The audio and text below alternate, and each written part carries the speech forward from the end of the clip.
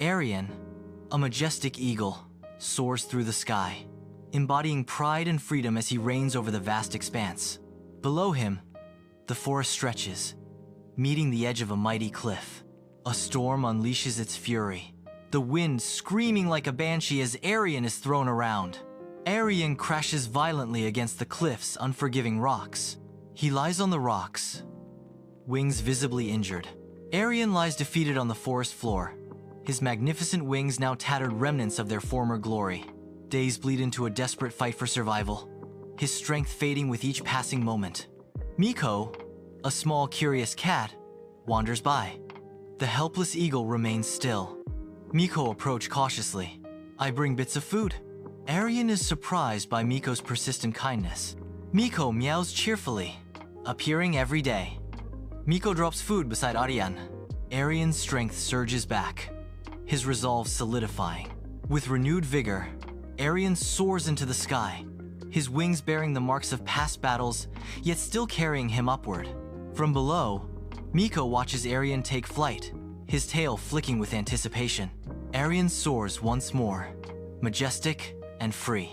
Miko, the cat, watches Arian fly away, a mix of emotions in his eyes. You're free now. I suppose you'll fly away forever. Arian lands silently beside Miko. I owe you my life. I will not forget it. Then, maybe you can help me in return. Just for a while. Nothing big. Maybe some fish from the river? Arian plunges into the river, creating a dramatic splash. He moves with practiced ease, securing fresh fish from the depths. Emerging from the water, Arian presents his catch to Miko. Miko responds with a contented purr. Weeks later, sunlight streams through the forest canopy, spotlighting Miko. Miko's appetite grows. He says, "Could you bring something more exotic? River fish are fine, but I heard the mountain trout are richer." Arian soars toward the mountain, a determined glint in his eyes. He dives into the icy river, ready to catch trout for Miko. Arian, amidst the dense forest, gathers rare fruits from the high treetops. He collects fresh herbs and shiny stones, driven by a sense of obligation that has morphed into servitude. His initial act of repayment has transformed into a deeper, unspoken commitment. Arian feels his freedom slipping away. He saved me. I owe him. Sunlight filters through the dense canopy as Arian ventures deeper into the ancient forest. A perfectly circular hole appears, a dark abyss in the forest floor. Arian peers into the darkness, discovering a sage trapped below. The sage looks up, worry etched across his face as he remains trapped in the depths. A massive snake emerges, its fangs bared, ready to strike. The forest trembles with the roar of a lion, signaling an imminent clash. A golden-maned lion bursts from the underbrush, charging with unmatched power.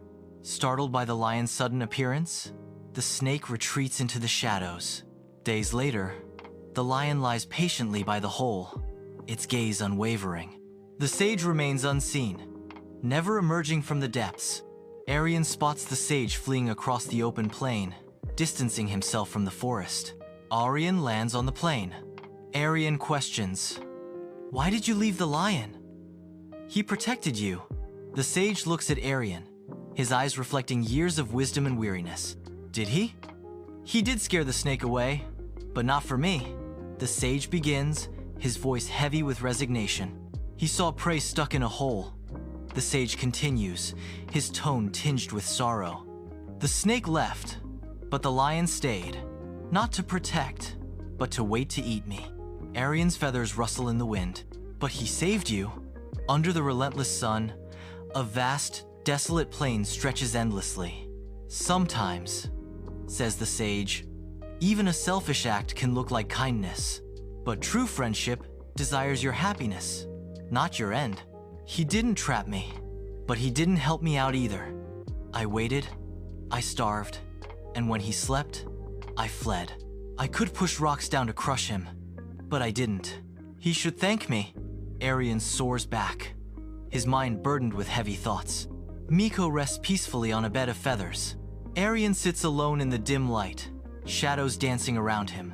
Lost in thought, Arian whispers, "Is this friendship?" His voice barely audible. He questions, Or have I been blind? Rain falls, drenching the forest as thunder echoes through the night.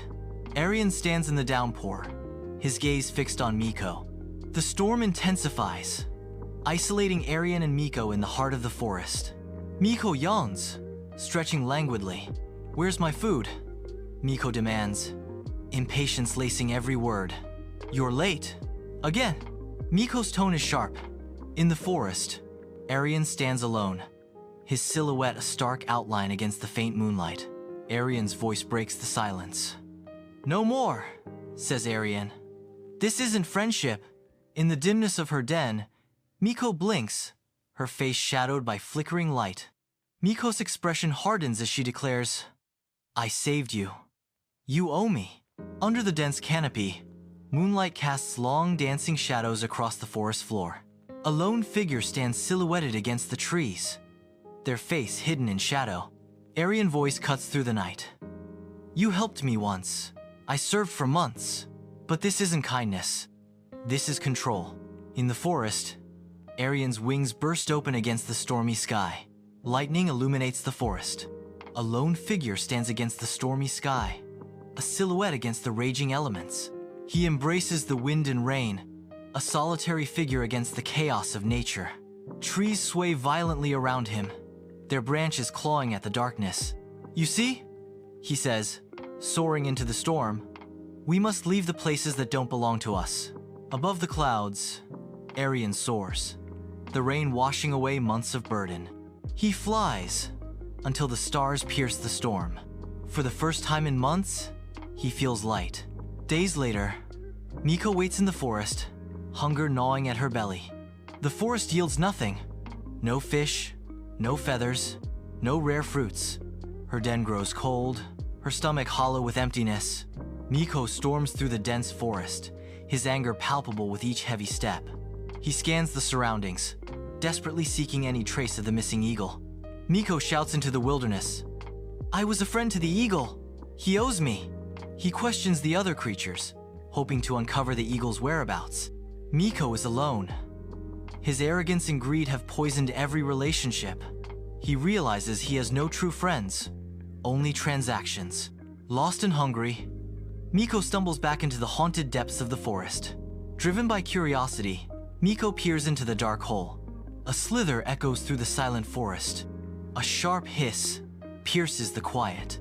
Sunlight streams through the thick canopy, casting shadows on the forest floor. Arian soars through the sky, above the peaks of mountains and the depths of valleys. He encounters others in his journey: owls, falcons, storks, each imparting their unique gifts. He learns from the owls, falcons, and storks, absorbing their wisdom, speed, and stories. He assists those in need, driven not by obligation, but by his own free will. Arian watches a young bird fight against the wind, mirroring his own past struggles. Arian rescues her, guiding her to safety. He offers food, warmth, and shares stories. In the mountain cave, dust motes dance in the single ray of sunlight. Young bird asks, "Do I owe you?" Arian smiles gently, sunlight dancing across his face as he speaks. "No. You fly when you can, help others when you can." That's all. Subscribe to our channel for more meaningful stories that awaken, uplift, and inspire. So you hit the bell icon so you never miss a tale that reminds us how powerful freedom and life